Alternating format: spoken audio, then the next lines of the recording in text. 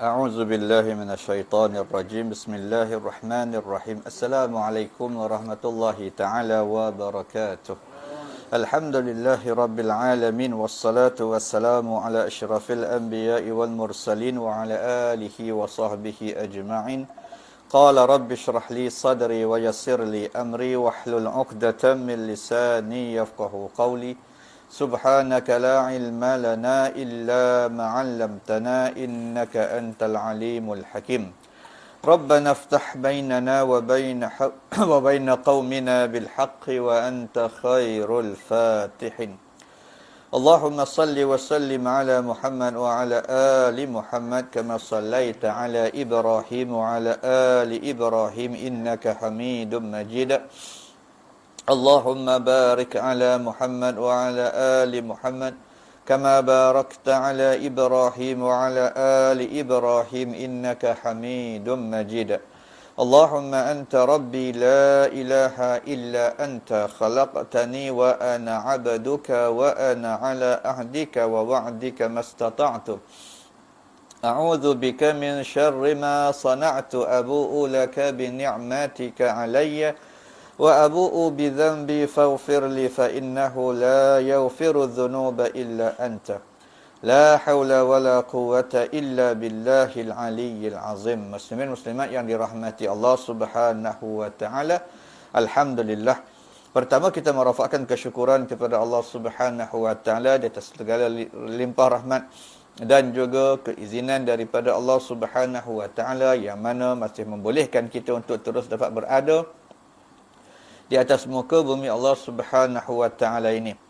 Mudah-mudahan kesempatan dan juga masa yang masih ada ini maka dapat dipergunakan dengan sebaik mungkin, terutama dalam kita meneruskan apa yang telah pun menjadi satu kewajipan, tanggungjawab, tugas dan juga sesuatu yang diarahkan oleh Allah Subhanahu wa taala untuk kita sempurnakan selama mana kita berada di atas muka bumi Allah Subhanahu wa taala ini, iaitu untuk kita beribadah, melaksanakan apa yang diperintahkan dan meninggalkan apa yang dilarang. Terutama kita semakin mendekati kehadiran ataupun kedatangan suatu bulan yang dimuliakan oleh Allah Subhanahu wa taala, bulan yang penuh dengan keberkatan dan rahmat serta apa juga kurniaan yang kita sebut sebagai bulan Ramadan. Jadi mudah-mudahan kita mengharapkan Allah Subhanahu wa taala mengurniakan kesempatan, kesihatan, kekuatan untuk kita melaksanakan apa juga kebaikan dalam bulan yang tersebut. Mudah-mudahan sebagai penambah amalan-amalan dan kebaikan-kebaikan yang dituntut oleh Allah Subhanahu wa taala, insya-Allah. Baik, jadi pada malam ni kita nak sambung membincangkan sebahagian lagi daripada beberapa persoalan yang disebut di dalam kitab Qatrul Ghaithiyah, yang berkaitan dengan persoalan yang berhubung kait dengan apa yang telah pun dinyatakan oleh pengarang kitab ni dulu, ketika mana kitab ini kata beliau membincangkan tentang persoalan yang berkaitan dengan ilmu tasawuf. Persoalan yang berkaitan dengan membincangkan beberapa persoalan yang berkaitan dengan diri manusia itu. Itu kita lah dalam keadaan ada beberapa perkara ataupun ada beberapa persoalan yang perlu untuk kita kita ketahui dan juga untuk kita maklumi agar mudah-mudahan kita dapat melaksanakan ataupun menunaikan tugas dan tanggungjawab kita terhadap Allah Subhanahu wa taala, insya-Allah. Baik. Jadi malam ini kita nak sambung berkaitan dengan persoalan yang telah pun kita sebutkan hari itu, bila mana pada kesempatan ataupun perkongsian ilmu yang telah lalu telah pun kita membincangkan tentang persoalan apa yang dimaksudkan dengan firman Allah, iyyaka na'budu wa iyyaka nasta'in. Yang bermaksud akan dikau yang kami sekalian sembah dan akan dikau yang kami minta tolong, yang tiada akan kami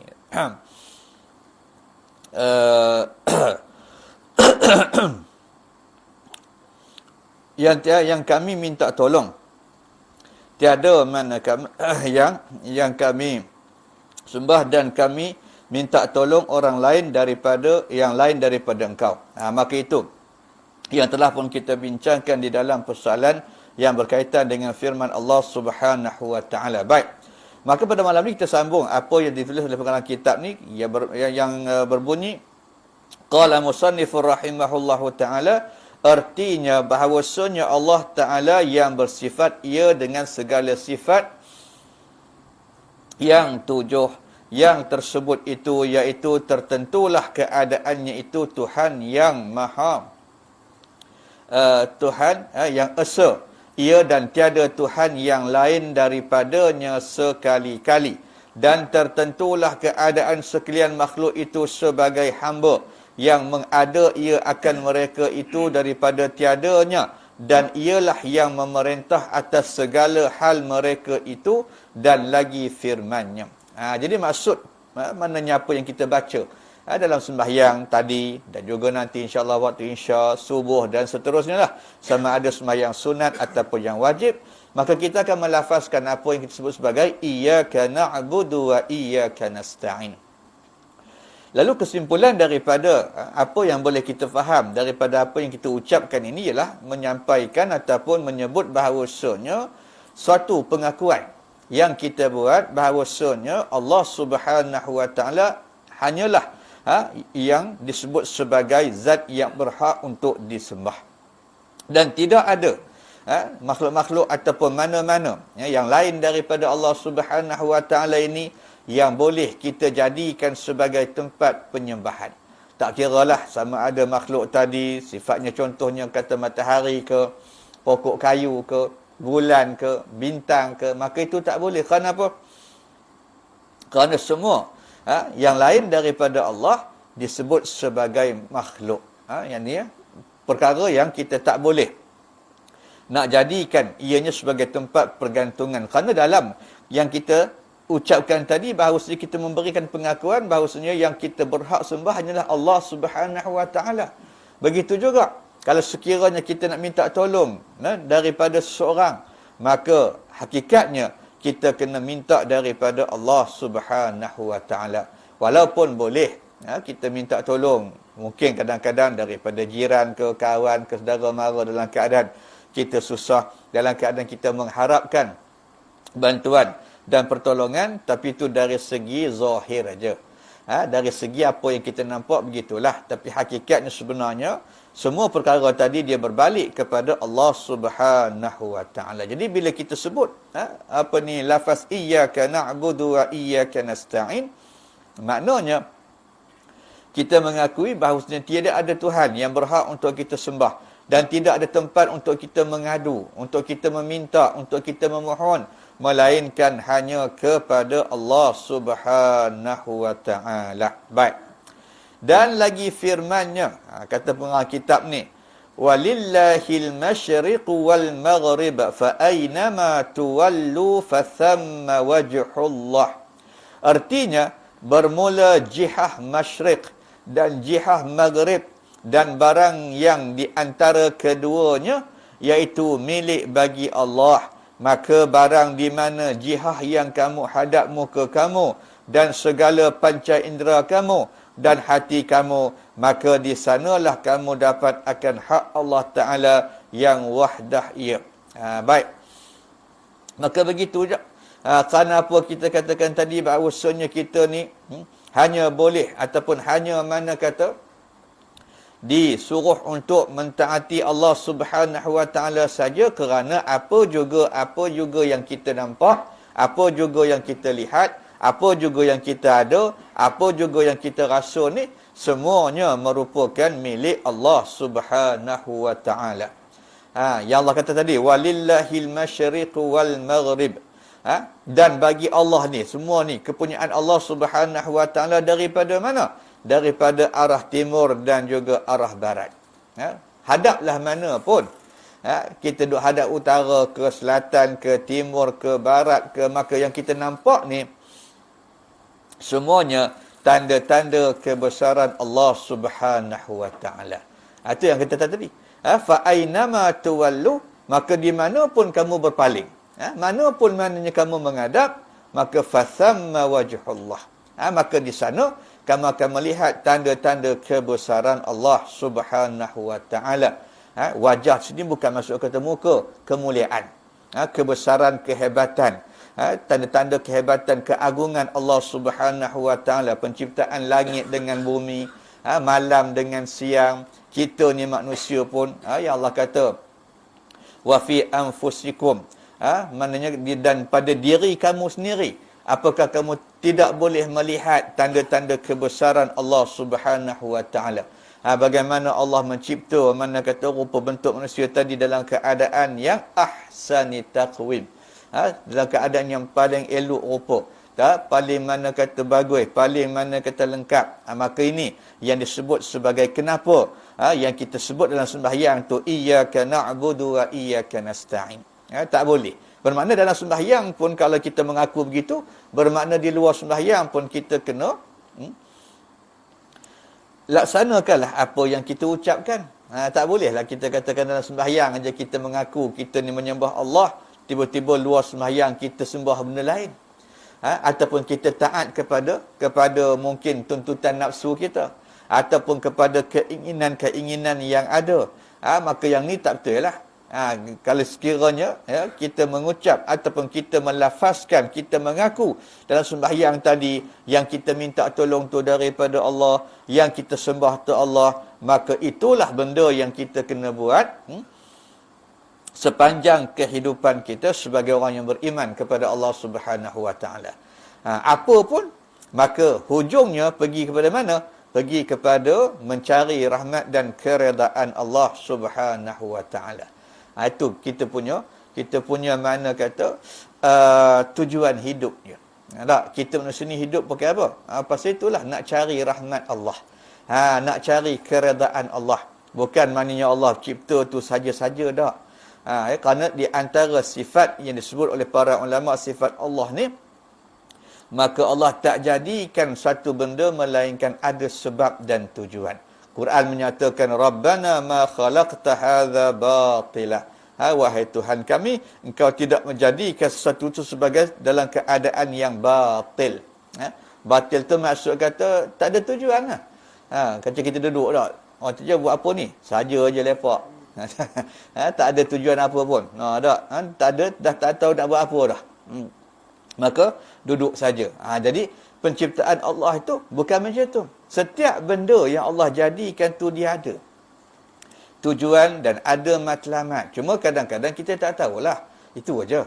Ada mungkin kita boleh faham, ataupun ada yang mungkin kita boleh agak-agak rasa-rasa macam kita faham, tapi kebanyakannya tak nampak. Kebanyakannya kita tak tahu. Kebanyakannya kita tak pasti kenapa.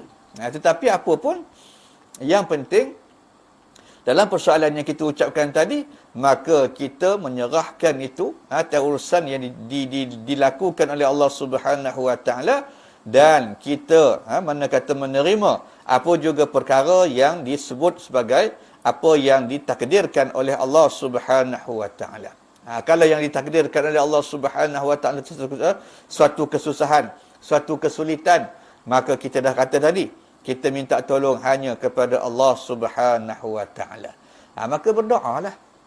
Dalam keadaan mudah-mudahan Allah angkat setiap kesusahan yang ada. Kalau sekiranya Allah beri kita nikmat, beri kita sesuatu yang kita hendak, maka bersyukurlah, kerana itu juga satu ketentuan daripada Allah Subhanahu wa taala. Maka itu yang disebut sebagai persoalan tadi. Kenapa? Tadilah disebut oleh Allah Subhanahu wa taala kerana seluruh apa yang ada di muka bumi Allah ini, daripada timur barat, utara selatan, semuanya milik Allah Subhanahu wa taala. Tak ada milik orang lain. Tak ada milik orang lain. Semua tu milik Allah Subhanahu wa taala secara hakikatnya. Baik. Itu yang disebut sebagai firman yang kita bacakan tadi. Maka kata Allah Subhanahu wa taala, maka di sana kamu dapat akan hak Allah taala yang wahdah ia. Maksudnya yang dalam keadaan wahdah tu maksudnya tunggal, milik Allah Subhanahu wa taala sahaja. Dia tak kongsi dengan siapa-siapa. Dia tak share dengan siapa-siapa. Maka itu yang disebut sebagai persoalan fasamma wajhullah. Baik. Artinya, dan barang di mana pihak masyrik ada ia atau maghrib yang kamu hadap akan muka kamu, dan segala idrak kamu padahal kamu tuntut dengan yang demikian itu musyahadah akan hak Allah Ta'ala, maka di sanalah kamu dapat akan sesuatu yang menunjukkan ia atas wujud Allah Ta'ala dan atas wahdahnya. Macam tadilah. Kita tengok mana pun, bermakna di situ ada tanda-tanda kebesaran Allah Subhanahu Wa Ta'ala. Kita mana kata kita hadapkan pandangan kita ke langit, maka kita melihat langit yang terbentang luas, tak ada satu pun tiang yang menyokong langit tadi. Kita buat rumah ataupun buat reban ayam kecil pun kena pakai tiang. Tak pakai tiang ayam mampui. Tak? Jatuh timpa di atap. Tak? Ketika tu maknanya itu kita buat. Tapi Allah buat dalam keadaan kata langit yang kita tengok tiap-tiap hari ini tak ada pun. Nak cuba cari rasa tak ada pun. Tak ada satu tiang pun yang kita nampak. Itu maknanya tanda-tanda kebesaran Allah. Tengok pula mana kata tempat bumi yang kita pijak ni. Gitu juga macam-macam kelebihan, macam-macam yang Allah berikan untuk kita, manusia tadi. Untuk apa? Supaya mudah-mudahan kita pergunakan semua nikmat tadi untuk kita menjadi hamba kepada Allah Subhanahu Wa Ta'ala. Untuk meyakini di sana wujudnya Allah Subhanahu Wa Ta'ala. Kenapa? Kerana akal kita tak terima kalau ada benda, tak ada tukang buat. Dia berbeza. Tak tahu satu, tak ada satu. Kita kadang-kadang pergi, misal kata tak pergi beli kuih. Beli mana kata, sekarang apa RM52 dulu RM3. Kita pergi beli kuih, kata 5 ketil RM2. Balik, misal kata kita makan. Kuih tadi kena dengan selera kita. Kita kata siapa buat kuih ni. Tak, tanya orang tak tahu. Tapi, walaupun tak tahu, ada tak orang buat kuih tu? Ada. Tak maunya tiba-tiba beli tak ada orang. Tak. Siapa pun tak tahu, tak ada orang buat kot. Tak maunya. Kenapa? Mesti ada tukang buat kerana akal kita menyatakan macam itu. Jadi kalaulah maknanya benda-benda makan, benda-benda yang kecil-kecil tu pun ada orang buat, maka takkanlah langit yang besar tu tak ada orang buat. Matahari yang besar tu tak ada orang buat. Hujan yang turun, maknanya punya lebat tu tak ada siapa yang maknanya tukang atau turun tak turunnya hujan tadi. Malam siang yang berubah ni takkan tak ada orang yang mana kata menjadi pemilik kepada perkara itu. Maka tu di antara tanda-tanda kekuasaan Allah yang Allah zahirkan supaya kita berfikir. Supaya kita beringat hebatnya. Kalau kita tengok satu bangunan yang hebat, contoh kata, kita tentu terbayang dalam akal kita hebatnya arkitek yang buat benda tu. Tengok orang bangunan tinggi, bangunan besar, bangunan cantik.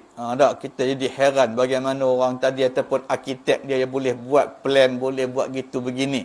Maka serupa juga beginilah. Bila kita tengok segala-gala yang ada di atas muka bumi ini, kita kena tengok kehebatan yang mencipta. Yang menjadikan benda tadi. Yang mengatur maknanya perkara yang berlaku dalam kehidupan kita. Maka ketika itulah baru mudah-mudahan kita boleh melaksanakan apa yang kita sebut tadi. Kita mentaati Allah Subhanahu Wa Ta'ala. Kita sembah Allah, kita taat pada Allah, kita ikut apa yang Allah suruh. Kenapa? Kerana zat yang kita sembah ini merupakan zat yang maha hebat. Tidak ada tandingannya. Yang Allah sebut dalam surah Al-Ikhlas, walam yakul lahu kufuwan ahad. Tak ada siapa-siapa pun di antara makhluk yang Allah jadikan, bukan kata boleh lawan, bukan kata nak boleh challenge, sebanding pun tak ada. Tak, sama pun tidak. Apa lagi kata nak lebih hebat daripada tu.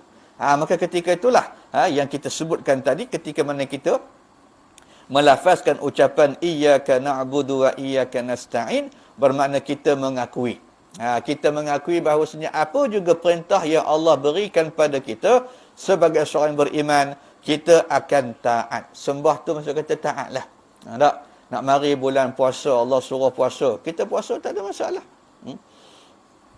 Kita bukan puasa pasal bulan Ramadan tu, tapi kerana perintah Allah yang meletakkan kewajipan puasa dalam bulan Ramadan.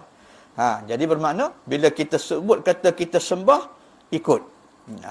Kalau tak, Tak betul lah. Semayang tadi misal kata kita kata iyyaka na'budu wa iyyaka nasta'in. Mari puasa je terus gastrik. Tak ada apa lagi dah. Dia automatik macam Swiss. Tutup padang buka, tekan buka. Tak jadi. Tak? Kenapa? Kerana itu bukan mana kata bukti apa yang kita ucapkan. Bila kita sebut kata kita sembah, apa juga perkara yang Allah suruh kita buat. Tak ada masalah. Kenapa? Kerana kita yakin setiap perkara yang Allah suruh ni ada kebaikan untuk diri kita. Sebagaimana kita sakit lah. Bila kita sakit ni biasanya kita pergi jumpa doktor. Jadi apa pun yang doktor kata kita ikut. Walaupun kadang-kadang tak kena dengan mana kata kendak kita. Dia bagi ubat ni 3 beg soto-soto. Tak? Balik tak makan nasi dah. Itu je lantak. Makan ubat. Tak? Tapi dalam keadaan nak baik punya pasal ikut lah. Tak masalah. Walaupun hati tadi kata, apa doktor ni bagi udah lemah kata, banyak ulah tu kata. Tak? Dalam keadaan, terpaksa ikut lah. Nak buat macam mana? Dah nak sihat. Dah kita nakkan baik. Maka gitulah. Bila mana kata Allah suruh tadi bukan kerana nak beri kita payah. Bukan kerana nak bagi kita susah. Bukan kerana nak bagi kita ni dalam keadaan tak selesa dan sebagainya, tetapi ada kebaikan. Cuma kalau kita yakin tentang perkara itu, maka kita taat. Sebagaimana kita mengaku dalam sembahyang tadi, bahawasanya kita akan taat kepada Allah Subhanahu wa Ta'ala. Maka itu, apa yang disebut oleh pengarang kitab ni, dalam apa yang telah pun kita sebutkan tadi. Baik, kita sambung lagi. Dan kerana kerana wujud sesuatu yang engkau dapat akan dia dengan idrak. Idrak ni maknanya panca indera, penglihatan, kita dengar, kita nampak, kita pegang, kita rasa tu. Maka iaitu terhenti ia atas wujudnya Allah pada tiap-tiap hal. Jadi maksudnya, apa juga yang kita rasa, apa juga yang kita nampak, apa juga yang kita makan, yang kita minum, yang kita guna, yang kita pakai, semua ni, itu menunjukkan tanda-tanda wujudnya Allah Subhanahu wa Ta'ala. Itu yang disebut sebagai persoalan yang kita sebutkan tadi. Baik. Maka ketika itu, jadilah musyahadah engkau. Engkau akan melihat akan wujudnya sesuatu itu, membawa ia kepada musyahadah engkau kepada wujudnya Allah. Jadi bila kita nampak tu, maka kita nampak di sana ada pencipta dia. Tengok matahari. Bukan saja mana kata kita takjub dengan matahari tadi, tapi kita melihat bahawasanya yang menciptakan matahari tadi lebih hebat. Kadang-kadang kita mana kata duduk tepi sungai, tengok suasana mana kata tepi sungai tu, kemudian dengar bunyi air. Dalam keadaan kadang-kadang waktu tu kalau fikiran kita serabut pun tenang sekejap. Balik sungai serabut balik. Dalam keadaan dah tak dengar dah bunyi sungai. Tapi nak sebut kata itulah di antara tanda-tanda kebesaran Allah. Bagaimana Allah jadikan mana kata sungai tadi mengalir. Kemudian dengan suasana yang mana kata cantik, dengan macam-macam cerita lah. Jadi itu semua tu untuk apa? Untuk kita mengambil pemahaman, untuk kita melihat adanya pemilik dan pencipta yang kita mana, benda yang kita nampak, benda yang kita pegang, benda yang kita rasa, benda yang kita dengar dan seumpamanya. Maka itu apa yang disebut sebagai persoalan yang kita sebutkan tadi. Kenapa? Tadilah kerana sesuatu yang kita dapat ini, maka dia akan berpunca daripada persoalan wujudnya Allah Subhanahu wa Ta'ala. Jadi ketika itu menjadikan kita menyedari bahawasanya akan ada di sana adanya ataupun wujudnya Allah Subhanahu wa Ta'ala sebagai pencipta. Baik. Jadi bila mana dan apabila tetaplah akan musyahadah engkau akan wujud Allah, maka hilanglah daripada engkau akan musyahadah kepada sesuatu yang lain daripada Allah Subhanahu wa Ta'ala, dan tetap yakin engkau akan wujudnya Allah Subhanahu wa Ta'ala. Jadi bila kita faham bahawasanya setiap perkara tu ada tukang buat dia, ada pemiliknya, dan kita yakin kita pemilik itu ialah Allah Subhanahu wa Ta'ala, pencipta tu ialah Allah Subhanahu wa taala, maka keyakinan kita tadi menafikan kesemua perkara yang lain. Kita tak ada terima bahawasanya matahari tu ada orang lain cipta, tak boleh. Kita tak boleh terima kata bulan bintang tu ada orang lain cipta, tak ada. Kita tak boleh terima sesuatu perkara tu ada orang lain yang mereka cipta. Mungkin dari sudut zahirnya nampak begitulah, tetapi hakikatnya tak ada siapa pun yang memiliki sesuatu itu melainkan Allah Subhanahu wa taala. Sebab itulah Allah suruh kita dalam Quran untuk melihat tanda-tanda kebesaran Allah Subhanahu wa taala, antaranya pada persoalan penciptaan langit dan bumi, siang dan malam. Hebatnya Allah Subhanahu wa taala mencipta siang malam. Sekarang ni kita berada di waktu malam hari. Panjang umur, pagi esok celik-celik mata cerah dah. Siang pula mari. Malam pergi mana? Kita pun tak tahu dah. Tapi kita tahu begitulah. Maknanya begitu, berpusing gitu. Malam, siang. Mana kata hari ganti minggu, ganti bulan, ganti tahun. Macamnya begitulah. Apa yang dicipta oleh Allah Subhanahu wa taala sebagai memberikan pemahaman pada kita sebagai orang yang mengaku beriman, bahawasanya bumi ni dan segala apa yang ada, hatta diri kita ni merupakan milik Allah Subhanahu wa taala. Jadi bila kita milik Allah, bermakna kita sedarlah kita ni siapa? Hamba lah. Tak? Dia dua je, tuan dengan hamba. Jadi kalau tuan tu orang lain, kita ni takkan tuan juga. Dia tuan, bos orang aja. Tak? Kalau dah bos ni ada, kita ni orang bawah lah. Paling kira maknanya office boy ke, tak, kerani ke, tapi apa pun kita di bawah, tak, menerima arahan daripada yang di atas. Maka itu yang kita sebut bila mana kita sebutkan iyyaka na'budu wa iyyaka nasta'in. Jadi kena faham perkara itu baru mudah-mudahan kita memahami kenapa kita ucap benda tu tiap-tiap hari, paling tidak 17 kali, untuk nak ingatkan diri kita ni hamba Tuhan. Kita ni hamba Allah, bukan kita ni kawan, bukan. Bukan kita ni pesaing, bukan. Kita ni bukan mana kata orang yang sama-sama dengan Allah, tapi kita ni hamba melaksanakan apa yang diperintahkan oleh Allah dan meninggalkan apa yang dilarang oleh Allah Subhanahu wa taala. Itu yang disebut oleh pengarang kitab ni. Baik. Jadi, dan lagi firman Allah, kenapa yang kita katakan tadi kita kena sembah Allah Subhanahu wa taala ini, dan lagi firman Allah, wa nahnu aqrabu ilaihi min hablil warid. Artinya, bermula kami itu iaitu lebih hampir kepadanya daripada urat lehernya. Artinya, bahawa sungguhnya perintahan kami pada menghidupkan akan seorang dan pada mematikan akan dia, iaitu terlebih hampir kepada seorang itu daripada pertahanan urat lehernya, yang kami jadi akan dia sebab bagi hidup seseorang itu. Maka itu yang disebut oleh Allah Subhanahu wa taala dalam Al-Quran.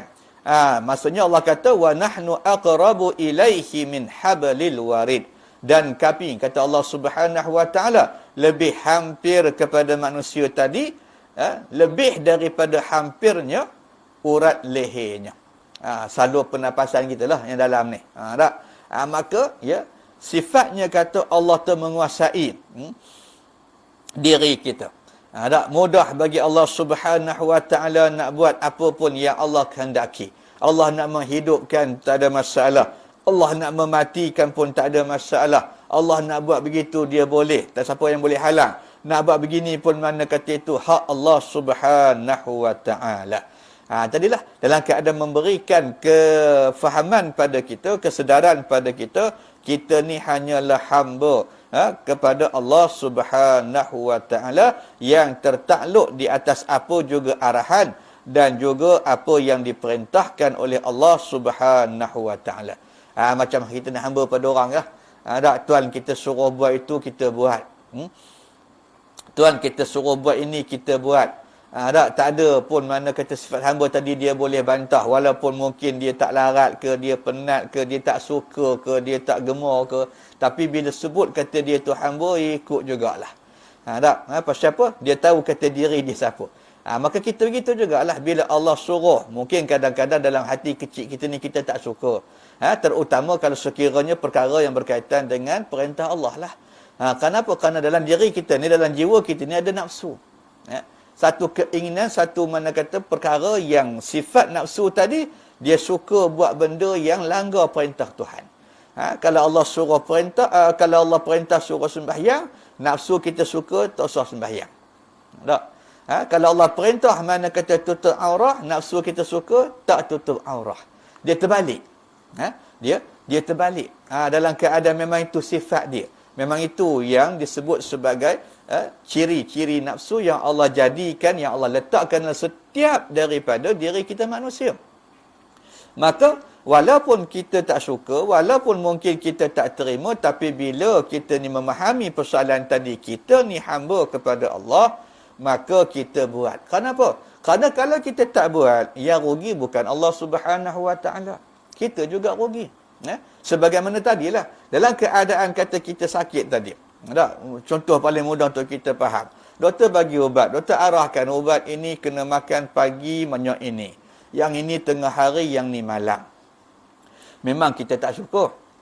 Siapa suka makan ubat? Tak suka. Suka makan apa? Nasi sukalah. Ubat tak suka makan. Tapi bila mana kata kita ikut, insya-Allah kita dapat kebaikan. Tapi kalau kita tak ikut, yang rugi bukan doktor tadi. Kerja dia selesai dah. Kita datang mengadu ke dia kata sakit, dia dah bagi ubat, selesai kerja dia. Maka kerja kita pula dah tak selesai. Kalau kita ikut, mudah-mudahan dengan izin Allah, dengan sebab ubat tadi, maka penyakit kita sembuh. Tapi kalau kita tak ikut, maka tak ada apa-apa. Doktor tak rugi apa pun. Maka gitulah kita dengan Allah Subhanahu Wa Taala. Kalau kita taat perintah Allah, maka mudah-mudahan kita yang mendapat kebaikan dia. Tapi kalau kita tak ikut, yang rugi besok kita. Bagaimana Allah merakamkan dalam Al-Quran tentang golongan-golongan manusia yang menyesal di akhirat kelak. Antaranya dalam surah Al-Mulk. Allah rakamkan ketika itu bila malaikat tanya kepada segolongan manusia yang dicampakkan dalam neraka. Kata malaikat, apakah mana kata sebelum ataupun sebelum daripada ni, masa kamu hidup hari itu, masa mana kata kamu ada di atas muka bumi hari itu, apakah tidak ada orang yang berikan peringatan tentang apa yang akan berlaku di hari akhirat? Ada tak orang beritahu kata kalau buat ni dapat pahala, kalau buat ni berdosa? Maka mereka kata apa? Ada. Tak? Bukan tak ada, ada. Tapi kerana kedegilan tadilah. Kerana kami tak dengar. Tak? Kami tak ikut, kami tak percaya, kami rasa benda ni tak betul. Lalu kami mana kata mengatakan perkara itu semua tak benar. Lalu mereka menyesal. Maka kata mereka, kalau dululah kita ikut, kalau dululah maknanya kita taat, maka tak jadi begitu pada hari ini.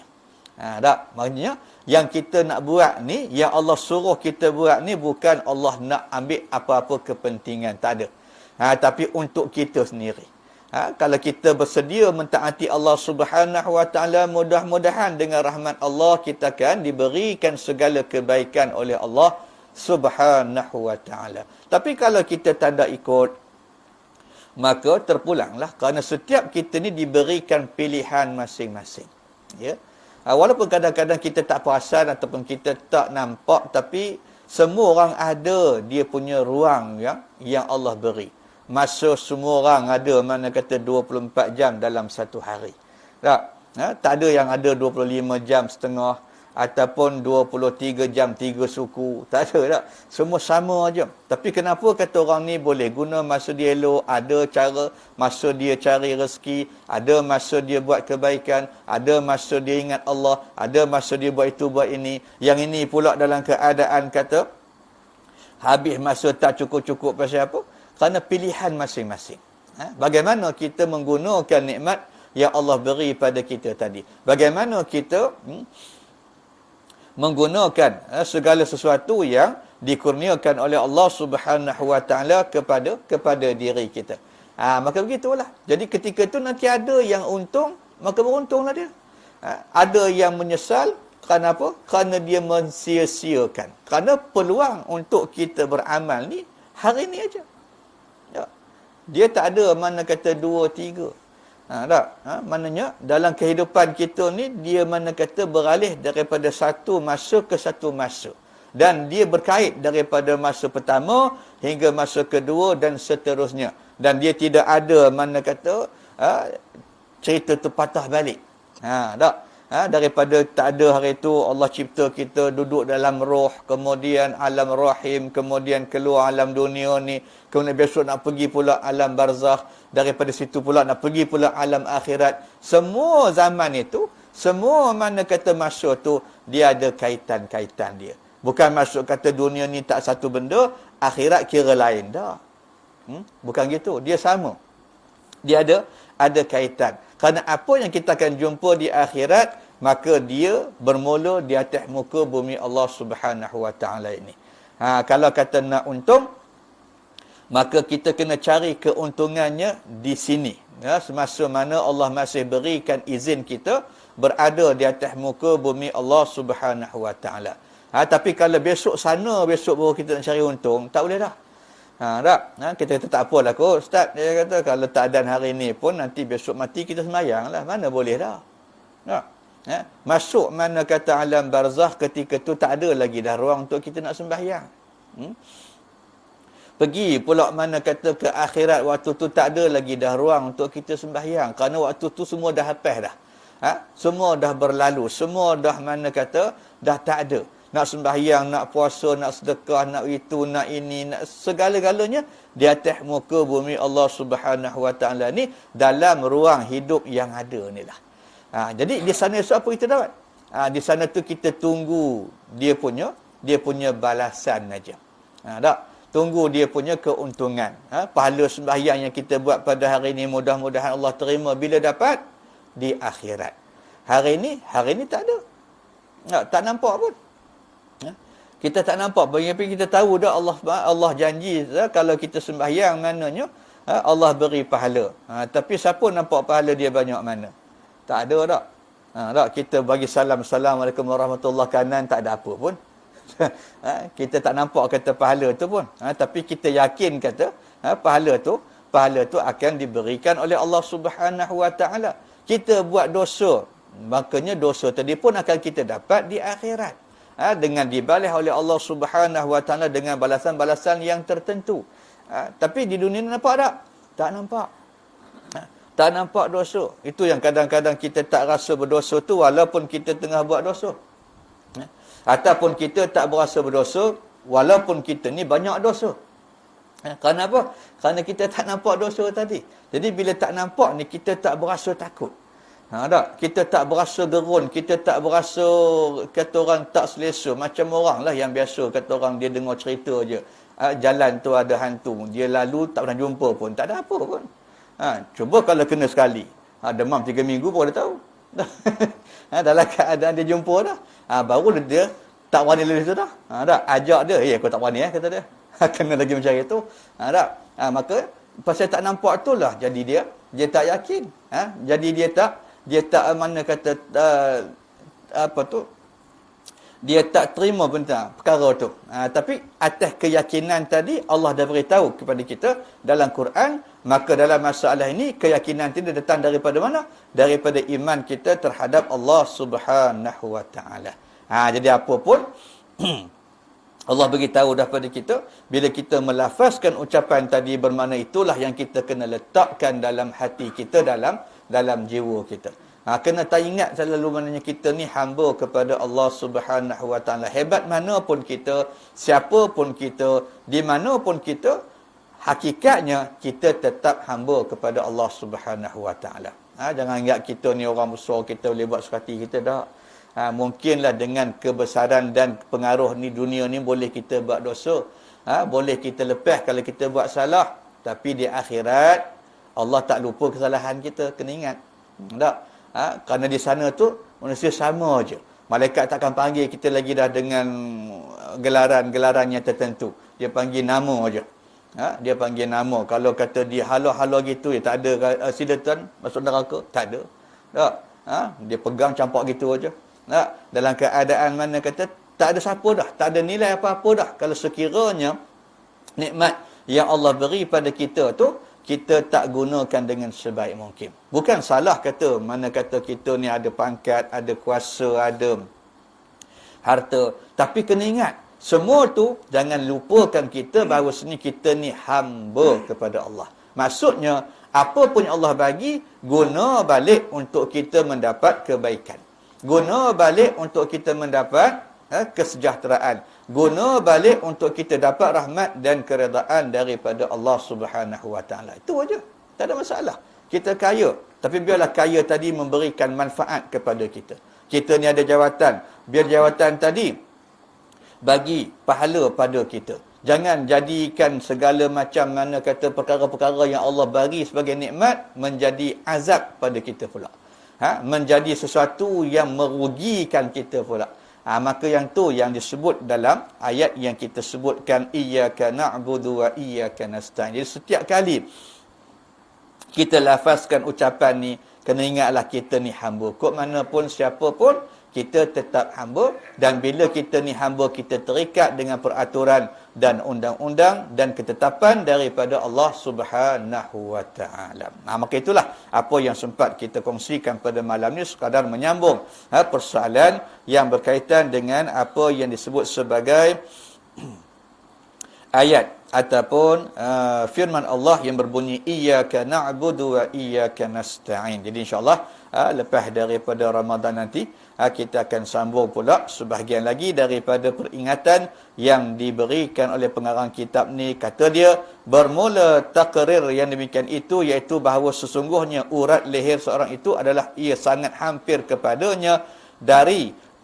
pada segala juzuk yang lain daripadanya, kerana bahawasanya ia iaitu dijadikan akan dia oleh Allah Ta'ala akan sebab bagi hidup seorang itu. Inilah halnya jika terhenti musyahadah kita kepada urat leher jua. Wallahu a'lam. InsyaAllah nanti kita sambunglah. Panjang lagi perkara-perkara yang mudah-mudahan boleh kita ambil manfaat untuk diri kita bersama. Mudah-mudahan kita semua tergolong dalam golongan mereka yang dikurniakan rahmat, keredaan dan keampunan oleh Allah Subhanahu Wa Taala, insya-Allah. Jadi untuk itu kita tangguh pertemuan pada malam ini dengan tasbih kafarah dan suratul Asr. Subhanakallahumma wa bihamdika asyhadu an la ilaha illa anta astaghfiruka wa atubu ilaik. Bismillahirrahmanirrahim. Wal 'asri innal insana lafi khusr illa alladhina amanu wa 'amilus solihat wa tawasaw bil haqqi wa tawasaw bis sabr. A'udzu billahi minasyaitonir rajim. Bismillahirrahmanirrahim. Alhamdulillahi rabbil alamin, hamdan hamidin, hamdan syakirin, hamdan yuwafi ni'amahu wa yukafi'u mazidah. Ya Rabbana lakal hamdu kama yanbaghi li jalali wajhika wa azim sultanik. Allahumma salli wa sallim ala Muhammad wa ala ali Muhammad. Allahumma ja'alna minal ladhina yastami'una al-qawl fayattabi'una ahsanah. وصل اللهم على سيدنا محمد وعلى أزواجه وذرياته أجمعين. سبحان ربك رب العزة عما يصفون وسلام على المرسلين والحمد لله رب العالمين. السلام عليكم ورحمة الله تعالى وبركاته.